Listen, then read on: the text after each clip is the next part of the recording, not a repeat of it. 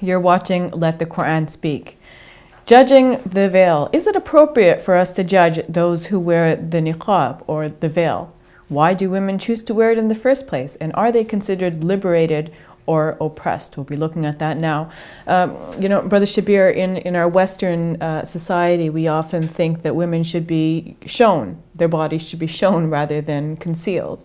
And how do you think that compares with the niqab, in which Muslim women cover their entire body, or almost their entire body, leaving just their eyes uncovered?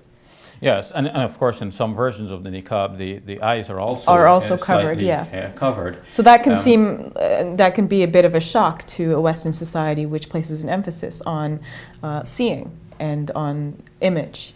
Yes, and in one of our past shows we talked about the difficulty with women swearing in their citizenship oaths and a new law being discussed to yes. In fact, the law wasn't even discussed. It was just simply implemented, requiring that women bare their faces when they take the citizenship oath.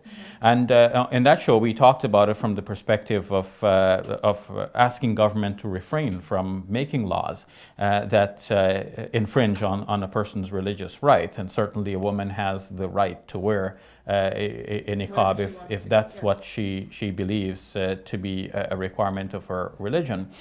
But at the same time now, to think about the issue more broadly, your question is, well, how does this come across to the wider public? I think it is important that Muslims do pay attention to this aspect of the veil, of the niqab. Some things in Islam are such givens that we can't really do anything about what public perceptions. We just have to do it because it is a part of our religion. But some Muslims do think that in this situation that the veil is an obligation upon them. Well, this I believe requires some discussion. I think it is not so cut and dried that this is a part of our religion. In fact, my own studies have led me to believe that this is not a part of our religion, and that it is in fact an excess that people have adopted for good reasons, but it is an excess that has its negatives. And one has to always balance the positive and negatives in such issues. So why don't you do that analysis for us? What are the positives and what are the negatives? Well, to begin with, we should always start with what is the baseline. Because people can go with feelings. Somebody can say, well, look, I saw this guy, he was looking at my face, and obviously, like, he had this fixation on my face. If I had my face covered, he wouldn't be doing that. So this woman reporting this would be thinking, that's an evil. The guy was looking at my face. I covered my face. I averted the evil, right? So that's a good thing. Okay, so that's one aspect of the analysis. But let's go back to the baseline and see what the Quran actually says about this. Well, Surah 24, verse number 31, and Surah 33, verse number 59 are the two central verses that speak about women's clothing. And neither of these say that the woman must actually cover her face. Surah 33, verse number 59, is interpreted by commentators to say, well, what the Quran actually meant was that women should cover their faces. But the Quran doesn't actually say that. The verse, that particular verse actually says, let the women draw, or tell the women to draw their garments close around them so that they should be recognized and not molested. So that they should be recognized. So the covering the face obviously is the opposite of being recognized, and yet this is what the commentators arrived at through a discussion that we may not have time to deal with in detail. But what they said was that at the time of the Quranic revelation, the slave women did not cover their faces, but the free women did. And if a Muslim woman were to go with her face bare, she would be taken by the hypocrites to be one of the slave women. And the hypocrites would attack her and then say that, oh, we thought she was one of the slave women. But if she covered her face, she would show herself to be a free woman. So she would be recognized as a free woman. To me, the whole explanation actually is quite convoluted and just simply incoherent. But weren't women at the time of the Prophet covering their face? And hasn't that tradition continued? throughout history. Well, they would say that this is now the tradition being introduced because of this. Because of the free woman sort of example. Yes, okay. And that the Quran now instituted that, and that's why women started to cover from that time. But this is all dubious. It's not entirely clear. Now, if the Muslim women covered not because of this verse, but because of some cultural expectation at the time, well, that does not necessarily become a part of the Islamic faith. One has to wait and see whether that is doing good for Islam or bad for Islam, and whether it is really something that is coherent with the rest of what we know to be true in the Islamic teachings. The pilgrimage to Mecca is the largest gathering imaginable in the Muslim world. The Prophet Muhammad, peace be upon him, is noted to have said that the women should not cover their faces when they go for the pilgrimage, meaning when they're donning the specific pilgrim's garb. The face cover is not allowed. A report about this Are women allowed to cover their faces when they pray? Well, this is a separate question, but let me get to this point if you don't mind. The Prophet then is saying that the Muslim pilgrim woman should not cover her face at the time of the pilgrimage. And this is the largest possible gathering. She'll be seen by many. Now, a report about this says that one of the wives of the Prophet, Aisha, said that whenever riders came past us, we nevertheless covered our faces, and when they went by, that's when we reopened the faces.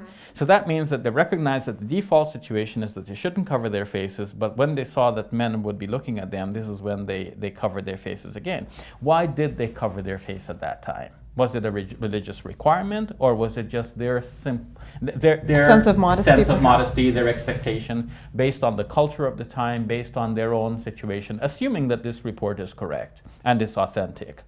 So if it is based on their own cultural expectation or their own feelings, their sensitivity and so on, that does not become a part of the religion. What becomes a part of the religion is the Prophet's specific instruction, which says the Muslim woman should not cover her face at the time of the pilgrimage. So if she's not to cover her face at the time of the pilgrimage, when she'll be seen by all and sundry, then how is the face covering a part of a religious requirement outside of that situation?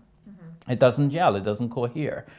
One can only say that the women were permitted to cover their faces if they wanted, but when the Prophet was ready to lay down the legislation and draw the line and show what is a requirement and what is not, he drew it here and said that the Muslim woman should not cover her face.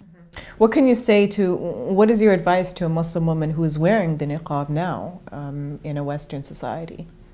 My advice is that this is not a part of the Islamic faith, and if one dons it as part of the as an Islamic requirement, giving the impression that this is an Islamic requirement, then one is actually misrepresenting what Islam teaches and misrepresenting God. Muslims have to think very carefully about how they present themselves and what they represent Islam to be. Because when they say that Islam is this, or they represent Islam to be this, they are actually speaking on behalf of God. They're giving the impression to the public that this is what God says. And they're causing the public to think, well, wait a minute, I can't be bothered. If your God is like that, then your God is unreasonable. Now, we might be thinking, but wait a minute, God is entirely reasonable, and He gave us just laws and laws that make sense, especially in the light of experience. A woman who sees a guy staring at her and thinks that the way to get rid of this is just cover the face and then it's over and done with, might be thinking she's done a good thing, and God is great for giving us such a great religion which includes all of these good teachings and moral and decent teachings. But at the same time, the way this comes across to the other person may be a misrepresentation of God. We might be doing things in an extreme way with the hope to please God and to achieve the best possible moral outcome. But at the same time, we could, by giving this wrong impression, keeping people away from the religion of God. So there are levels of priorities, there are grades. Most important things, less important. So what do you imagine to be a Muslim woman's appropriate garb then? Well, this is why I started by saying, let's go back to the baseline and see what is mentioned in the Quran, for example. The Quran in Surah 24, verse 31 says that the believing women should draw their khimars close around them and they should not display their beauty except that which is readily apparent. Now the khimar is the head cover, so a head cover is mentioned, but a veil and niqab covering the face is not mentioned. And it is said that they have the allowance to expose that which normally gets exposed anyway. So the best way of understanding this is to think that a woman should go about her business in a normal way, without having the encumbrance of a great many requirements that you must have this plus that and so on. And in that situation, what normally gets exposed by a woman carrying herself about in a decent way without desiring to expose herself in a wanton and indecent manner, that is what the Islamic head covering and the Islamic garment for a woman really is about. All right, very nicely put. We'll leave it at that. Thank you, Brother Shabir. You're welcome. We'll take a break. When we return, we answer questions we've received from you, our viewers.